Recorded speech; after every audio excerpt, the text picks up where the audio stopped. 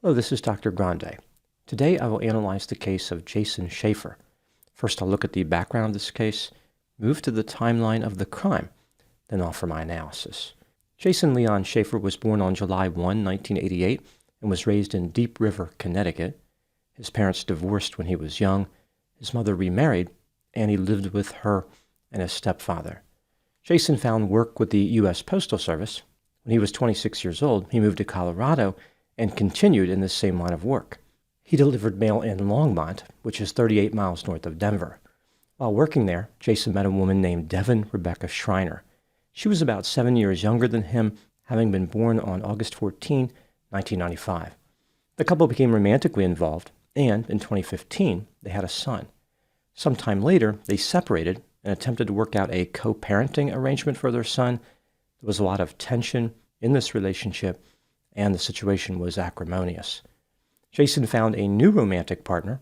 His new girlfriend was Devin's 19-year-old sister, Rosa. Devin also moved on romantically. Her new boyfriend was a man named Andrew James Ritchie. He went by the name AJ, but I will refer to him as Andrew. He worked as a prison guard at the Federal Correctional Institution Inglewood, which is a low-security prison camp south of Denver. At the end of September 2021, Devin was fired from her job as a mail carrier in Longmont after being involved in some type of incident with Jason at work. She ended up finding a new job at the Loveland Post Office as a mail carrier. Before moving to the timeline of the crime, let's hear a word from today's sponsor, Factor. Eat stress-free with Factor's delicious, ready-to-eat meals.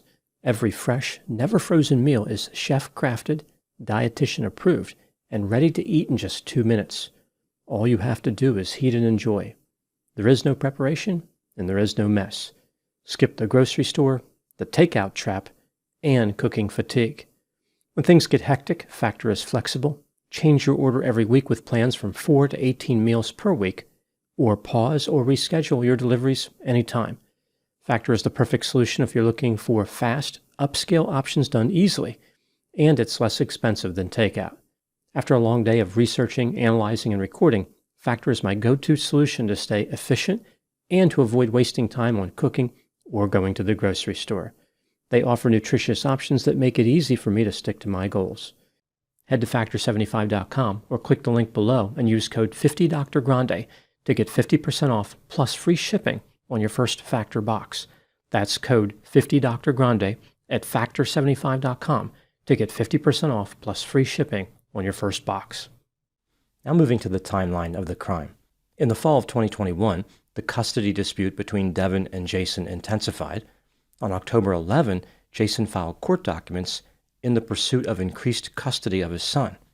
2 days later, on October 13, 2021, Jason Schaefer was delivering the mail on his route in Longmont, Colorado. At about 12:32 p.m., while he was at a bank of mailboxes on Heather Hill Street, just west of Renaissance Drive, witnesses heard multiple gunshots and notified the police. One witness reported that a mail carrier had been shot. Here is what the police found during the course of their investigation. Jason was dead next to his postal vehicle. He had been shot 3 times, twice in the head and once in the back. Nothing was stolen from him or from the postal vehicle. A black Nissan Rogue with a hubcap missing from the front passenger side wheel had been seen driving around the area prior to the shooting. The vehicle eventually parked on Renaissance Drive, not far from where Jason was murdered. Security cameras captured a mysterious figure walking from this area to the scene of the shooting. Cameras also captured the person approaching Jason's postal vehicle. Gunshots could be heard, then the assailant ran from the area. They were wearing a hoodie and a mask. As it turns out, Devin drove a black 2017 Nissan Rogue with the hubcap missing from the same wheel. She immediately became a potential suspect. At 5:27 p.m., Devin called the police on her own and said that people had told her that something bad happened to Jason. She agreed to talk to the police at the Longmont police station. The police told Devin that Jason had been murdered. She claimed that she was eating lunch with her boyfriend Andrew at his home during the time of the murder. That day, Devin was supposed to be delivering mail in Loveland, Colorado, which is about 17 miles north of Longmont. GPS data from her postal scanner indicated that it was located at Andrew's home from about 11 a.m. to about 1:30 p.m., which supported Devon's alibi. The scanner returned to the Loveland post office at about 4:30 p.m. The police spoke to Andrew, who indicated that he and Devon were not romantically involved, which was different than Devon's story. Cell phone data from Andrew's phone showed that the phone followed Jason around for a few hours that morning. Video surveillance captured a vehicle behind Jason's postal vehicle a few times. This mysterious vehicle was from a rideshare company, which was used by the prison where Andrew worked. Andrew was in charge of the rideshare program at the prison. Cell phone data also indicated that Andrew and Devon had been on the phone that morning for about 2 hours and 45 minutes. There was an image on Andrew's phone of a person wearing a hoodie and a mask, which looked a lot like the mysterious assailant who murdered Jason. The image was captured on October 11, 2021, 2 days before the murder. There was another image which was taken right after this in the same location. This image was of Devon. The police developed a theory of the crime. They believed that on the morning of the murder, Andrew dropped Devon off at the Loveland post office. As she climbed in her postal vehicle and prepared to run her mail carrier route for the day, Andrew drove to Longmont and followed Jason on his route. He talked on the phone with Devon so she would know where Jason was. Devon drove her postal vehicle to Andrew's house, which is when they disconnected their phone call. She left her cell phone, postal scanner, and postal vehicle at Andrew's house and climbed into her Nissan Rogue. She drove to Longmont. As she was doing this, Andrew drove to a Hooters restaurant in Loveland in order to establish an alibi. Devon found Jason on his route, killed him, drove back to Loveland, retrieved her postal vehicle, and went back to work. Both Devon and Andrew were arrested and charged with first-degree murder. Devon was convicted on March 7, 2023. Andrew was convicted on September 27, 2023. They both received the same sentence, life in prison without the possibility of parole. Now moving to my analysis. Here are my thoughts on a few areas that stood out to me in this case. Item number 1. Devon's attorneys did not have a lot of great options for a defense. Their best hope was for a second-degree murder conviction. They argued that Devon was in fact the shooter, but she had been controlled by both Jason, the murder victim, and Andrew, her lover. They suggested that Devon was manipulated and the real Devon did not even exist. She was completely overshadowed by her romantic partners. Not surprisingly, this defense strategy failed. To be fair, I think that any strategy would have failed under these circumstances. It was clear that Devon was guilty of first-degree murder. Item number 2. Like Devon, Andrew had a novel defense strategy. After initially denying any involvement in the murder and denying that he was romantically involved with Devon, Andrew changed his story. He claimed that on the morning of the murder, Devon contacted him and said that she had everything she needed and today was the day. She, of course, was referring to a plan to murder Jason. In order to protect Jason from being murdered, Andrew followed him around for a few hours.